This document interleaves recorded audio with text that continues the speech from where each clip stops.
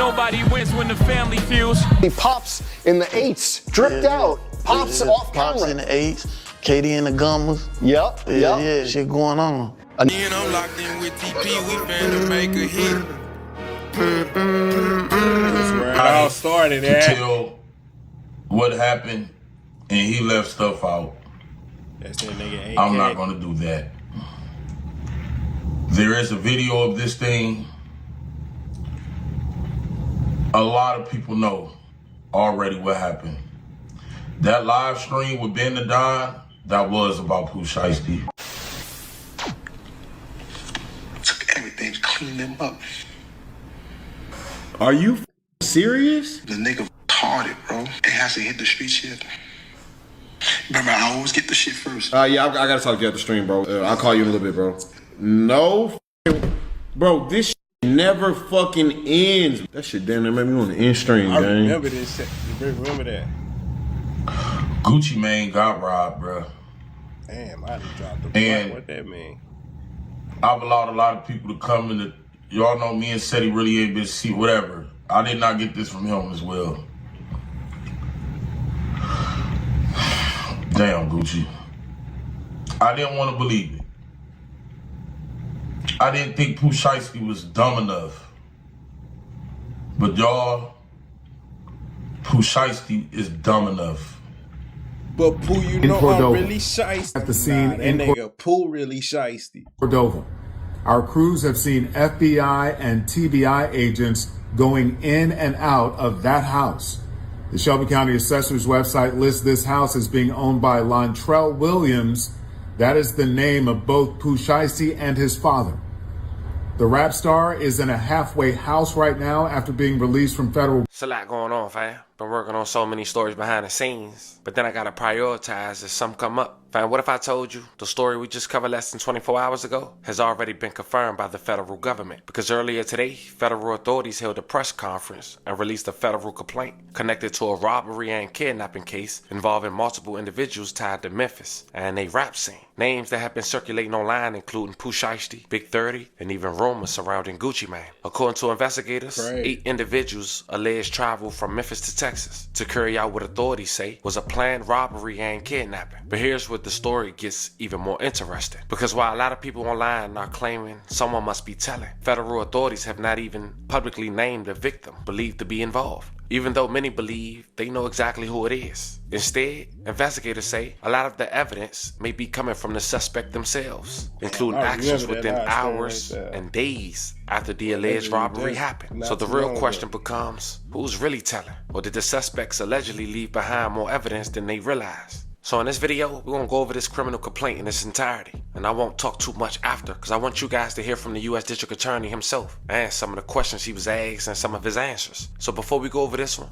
and wrap up this update until more come out, I want you guys to remember, I don't give you no angle. I just give you the story. So with that being said, make sure you like, comment, and subscribe. We're going to jump right to it. Fam, if you want to check out the update on how we got to this point and a full breakdown on Pooh Shiesty and his dad, check the first video out. I'll leave the link in the bio. But 2 Memphis rappers and 7 others have been arrested following an FBI investigation into an alleged robbery and kidnapping involving other rappers. The North Texas U.S. Attorney's Office held a press conference in Dallas on Thursday morning, announcing the arrest of 9 people, including Memphis rapper Lontrell Williams Jr., also known as Pooh Shiesty. The FBI in Memphis also confirmed that Shiesty's father, Lontrell Williams Sr., was also arrested following a raid Wednesday in which we covered at the family's home in Cordova. The Department of Justice says Shiesty, along with his right-hand man, Rodney Wright Jr., also known as Big 30, and 7 others, are accused of robbing and kidnapping multiple victims at a Music Dallas studio, all including Atlanta rapper Radrick Davis, known as Gucci Mane, his CEO. Arrests were made in Memphis, Nashville, and Dallas. The other arrests included Condurius. I ain't gonna lie, I wonder what really led to this shit. That nigga Shiesty really wanted out of that contract. I feel like all this shit really had something to do with the way that nigga Gucci acted with Big Scar. Cause if y'all don't know, that nigga Shiesty and Scar is blood cousins. Waters, so like Terrence Rogers, Damari Gibson, DeMarcus Glover. Gucci did do some whole shit. He wanted the chains back and all. Like, what? That nigga grinded and earned that shit, nigga. Corday Johnson, and Darian McDaniel. According to the DOJ, on January 10, 2026, just weeks after his release of FDO, Pooh Shiesty and 3 other music professionals traveled from Memphis to Dallas for a meeting with the 2 music professionals to discuss a contract with one of the victims. Investigators allege that while the men were inside the studio, Shiesty and 8 co-conspirators held them at gunpoint. The DOJ say Shiesty forced one of the victims to sign a release form from the music label while being threatened with a firearm. Authorities allege other suspects stole cash and high-value items, including a Rolex watch and jewelry. Screenshot of a video from Terrence Rogers' social media account depicted a Rolex believed to be stolen in the robbery. The DOJ also says one of the victims was choked to the point of near unconsciousness. Big 30 is accused of barricading the door to prevent the victims from leaving. Shiesty's father is accused of helping plan and carry out the incident. The DOJ says suspects later posted photos on social media with items believed to have been stolen during a robbery. This is screenshots of the Marcus Glover's social media account. And it's crazy because it's crazy that the FBI put all this shit together and that the fans didn't. Because y'all know these motherfucking fans some detectives and they be putting shit together. Depicting him wearing purportedly stolen jewelry. Pooh Shiesty was released from federal prison 6 months ago after that pleading nigga guilty Pooh, to he a really firearm and drug shiesty. charges. If convicted, the DOJ says each don't individual let that dirt get to your head. Ain't nobody slime as me or whatever the fuck he face said. a sentence to up to life in prison. Now these was the main pictures in that criminal complaint that I had to scrap for, fam, because it was only released via hard copy inside that news conference. Now that you guys are caught up on this indictment or this criminal complaint, check out the news conference. This week, 9 individuals, including well-known musical artists, kidnapped and robbed at gunpoint numerous victims at a music studio in Dallas, Texas. 8 of the 9 were arrested yesterday in Dallas, Memphis, and Nashville. These individuals who are charged and arrested include Lontrell Williams Jr., also known as Pooh Shiesty, Lontrell Williams Sr., Rodney Wright Jr., also known as Big 30, Kadarius Waters, Demarion Gibson, DeMarcus Glover, Corday Johnson, Darian McDaniel, and Terrence Rogers has not been arrested yet, but will be soon. The complaint alleges that on January 10th of this year, 3 music industry professionals traveled to Dallas for a scheduled business meeting. Lontrell Williams Jr. arranged this meeting purportedly to discuss the terms of his recording contract with one of the victims. As alleged, once these 3 men were inside the recording studio, Williams Jr. and 8 co-conspirators, several of whom traveled from Memphis, Tennessee, executed a coordinated armed takeover. As alleged, Williams Jr. produced an AK-style pistol and forced one of the victims to sign a release from the recording contract at gunpoint. The remaining conspirators displayed Man, it's some real movie type shit.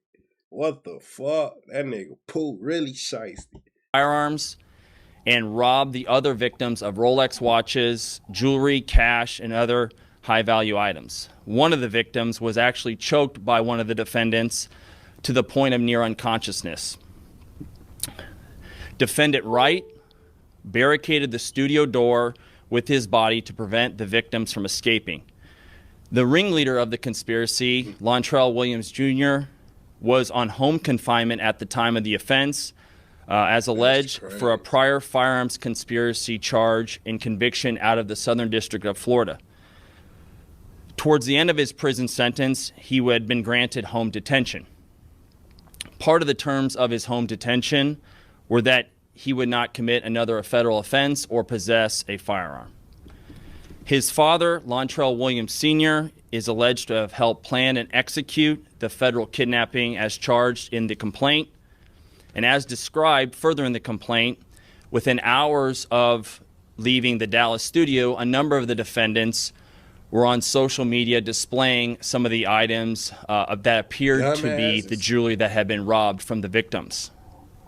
The charging document outlines some of the evidence, just some, establishing the defendants' roles in the federal offense. This is as follows. electronic monitoring data placing Williams Nigga get all this money and still do dumbass shit. Jr. at the offense location, which would put him in violation of his home detention conditions.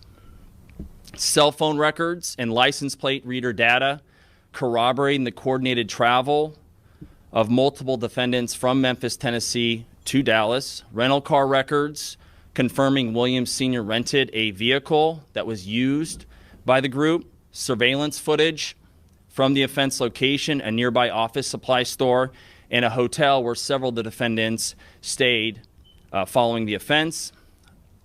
Fingerprint evidence as well that was recovered from the crime scene, matching at least two of the defendants. Social media posts by defendants displaying what appears to be stolen property just in the days following the offense. Greyhound bus records confirming the travel of multiple defendants from Dallas to Memphis the day after the offense. In this case, came to Dallas to conduct legitimate business, and they were met with firearms and violence as alleged in the charging document. This case should serve as a warning to others. But so what that mean about Gucci? Is he snitching? Or how do this work for all the street people? Do y'all feel like Gucci wrong for doing this? Or like, you know, but I heard there's some about it was an undercover police or some shit. Who believe that using violence and intimidation tactics to rob others in our community is a viable way to conduct business. I'm here to say that it is not, and that if you choose to do this, we will, together with our law enforcement partners here and the other ones in the Northern District of Texas, will bring you swiftly to justice. I want to thank the FBI Dallas Violent Crime. And Texas do not play. That's the worst place to catch a case. They gonna give you so much fucking time. It is Task Force, the FBI's Memphis Resident Agency and Nashville Field Office, the Memphis Safe Task Force, the Dallas Police Department, the United States Attorney for the Western District of Tennessee, Michael Dunovit, and AUSA Greg Wagner, the U.S. Attorney's Office for the Eastern District of Texas, my dear friend and colleague Jay Combs, and the U.S. Attorney's Office for the Middle District of Tennessee, including my colleague Braden Busek, for their outstanding contributions in this multi-jurisdictional investigation and prosecution. I'd also like to highlight the extraordinary work. None of this happens without the extraordinary work of our AUSAs in this office, and I'm here to say we have the best AUSAs in the entire country. That includes AUSAs Robert Withers, Claire Demers, and my violent crime chief, Jeremy Fugate. This case really underscores the importance of standing up for crime victims, no matter who they are or where they come from, and the incredible collaborative, investigative partnerships that we have, not only in the Northern District of Texas, but across the country, and we are all working together to make our country safer. So thank you for being here today, and I'll answer some questions after my colleague here speaks. But now I'm going to turn it over to him, and this is Jeremy Wright, who's the Dallas FBI Assistant Special Agent in charge. Thank you, Ryan. Good morning, everybody. As Ryan said, my name is Jeremy Wright, Assistant Special Agent in charge for FBI Dallas. As United States Attorney Raybold said, we're here today to announce the arrest of several individuals in the Memphis and Nashville, Tennessee areas, as long as one here in Frisco, Texas. These arrests are the result of a violent kidnapping of three individuals here in the Dallas area. The majority of those arrested did travel from Memphis to Dallas to commit that offense. Our office collaborated with multiple law enforcement agencies and other FBI offices to carry out this investigation that ultimately led to these arrests. So I'd like to thank the Dallas Violent Crimes Task Force, Dallas Police Department, the Memphis Safe Task Force, Memphis, Tennessee Police Department, and the Shelby County, Tennessee Sheriff's Department for helping with this investigation. Violent crime does remain a top priority for the FBI, and we dedicated significant resources from here in Dallas FBI, Nashville, Little Rock, Birmingham, and Atlanta FBI offices to investigate and successfully arrest these individuals. We remain committed to investigating violent crimes like these. No matter who you are, we will fight every day alongside our partners to make our communities safer. So, thank you. So I feel like if they probably would have never took nothing and they just made him sign the contract, it'd have probably never got this far. But them niggas got to take his shit, choking motherfuckers, and doing all type of extra ass shit. So I mean, shit. Time for some questions. If you would just identify who you were with and your name would be helpful. Yes, sir. Kevin Reese with WFAA. Hi, Kevin. It may be in the release that you're going to send us, but can you be more specific to who these victims are and a specific location of this studio that you were talking about? I'll answer the last part first. Yes, it'll be in the complaint, and we're happy to get you a copy of that. It's now unsealed. It was off Dallas Parkway in Dallas, Texas, a music studio. That's what's identified in the complaint. As far as victims go, we won't get into, at this time, who the victims are or not. Chase with the Dallas Morning News. Can you describe the injuries suffered by the 3 victims? So one of the victims, and this is actually in the complaint, and we'll get you a copy as well, there's a photograph of the injury. It looks like there's some abrasions on the neck and arm. You were still seeking one suspect, you said. One of the individuals that's been charged has not had his initial appearance yet, but agents are actively working to locate and bring him to court. And I wanted to touch on that, actually. Eric Bushman with KRLD. Since there's one person you're still trying to get to come in, I guess it's on request, it's its initial appearance, you had said that you're trying to work it out. Because you're going public with this, are you afraid at all that that's going to hinder and eventually getting that individual in? Agents are working to find him. The complaint has already been unsealed, and a number of these defendants have had their public hearing already, their initial appearance, and so it's already out there that this individual has been charged, and so that information is in the public record. But I trust that the agents So Shiesty and 30 locked up now. will be able to identify this person and find them and bring them to justice. Of course, that person can turn themselves in immediately. 2 questions. This is Chase with the Dallas Morning News again. So the initial incident happens in January 10th. We're here in April. Can you describe the timeline and the length of time, you know, why we're talking about this now? Because it sounds like these arrests happened recently. And then the second part of that question, did all of the arrests happen yesterday, or were they happening over the span of time that we're talking about? Yeah, good questions. I'll start with the last part. 8 of the 9 happened yesterday, and then we're still working on one more. And that was, again, a lot of those happened in Memphis. One happened in Nashville, and we're working now with our Georgia counterparts to get the last person brought to justice. Do you want to ask another question, follow up to that? Actually, I forgot yet to come back to the after you. Okay, and remind me of your first part, sir. We had the initial incident on January 10th, Yep. here April 2nd. Can you describe and kind of characterize why, you know, that amount of time passed? They had to do an investigation. Well, that was one of the reasons I wanted to list off some of the evidence that has been uncovered to date. A lot of this was subpoena work, search warrant work, and things like that in order to develop the investigation. And so the agents here with me, the agents out in the field, it takes a little bit of time to identify who did this offense and build a case so that we feel comfortable bringing the charges. So actually that's pretty quickly for a federal case of this gravity and this nature. And so I'm very proud of the investigative work, and it will continue from this office as well as our FBI and our local police department.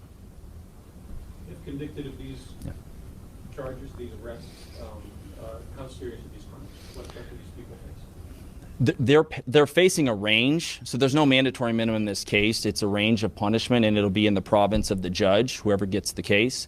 But it could be from 0 all the way to life imprisonment. And as you know, a lot of what will guide what's called the sentencing guidelines will be the individual's previous criminal history, the fact that one of these individuals committed the offense while on home confinement, so actually serving a federal offense. Assuming that individual is convicted, that will be an aggravating factor for sure. That nigga ain't getting back I know up. you're being quiet so far on the That shit victims. crazy. Can you at least tell us, outside of them being local to Dallas, were they aspiring artists? Are they known locally or even nationally? Can you at least tell us that? I'm not going to get into the victim stuff at this time. I think that more will be coming out there that will help clarify, but I'm not at liberty at this stage of the investigation to disclose that. Music is one of the best ways to express your feelings. That's why today we're going to do some. And then can you describe the operation to conduct all of those arrests? I imagine they were in different places? You know, maybe they all happen around the same time. I'm not sure. I'm going to hand that one off to my colleague here, Jeremy Wright. Yeah, thank you for the question.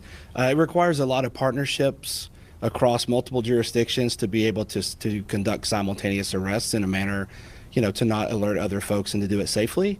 So really, it's just a coordinated effort. And fortunately, we have great relationships here locally with Dallas PD and our other partners, as well as other FBI offices have the similar relationships. Memphis is unique. They have the Memphis Safe Task Force there currently, which was kind of a help in a lot of this. So it's really just coordination and pre-planning. And a follow-up to that. So were all of the arrests in Memphis, or? No, Memphis, we had one in Frisco, Texas yesterday morning. The rest were in Memphis. And as the U.S. Attorney said, we're actively pursuing the final arrest. Thank you. Yeah. Did you have another question, sir? KD, just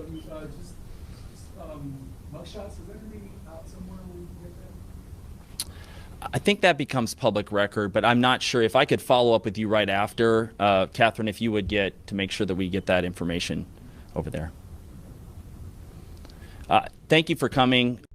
I'm going to leave this one alone for now, fam. I'm going to let you guys dissect everything you just heard and go over the first video again if you have to. I know more information is going to present itself to the public in the near future. And rest assured, I'm going to bring that to you guys' attention. But there's other stories we need to talk about and to cover and spread awareness on. And we got many requests, including body cam footages and interrogations. So with that being said, this was the latest on a rapper. Well, 2 rappers and his father and several others from Memphis who traveled via Greyhound to allegedly kidnap and rob his CEO while on a tether, fam. You can't make this up. To get out his contract, only to be arrested weeks later. Let me know how you guys feel about this one in the comments. Don't forget to like and subscribe. And today, I'll catch you guys on the next one. That nigga crazy.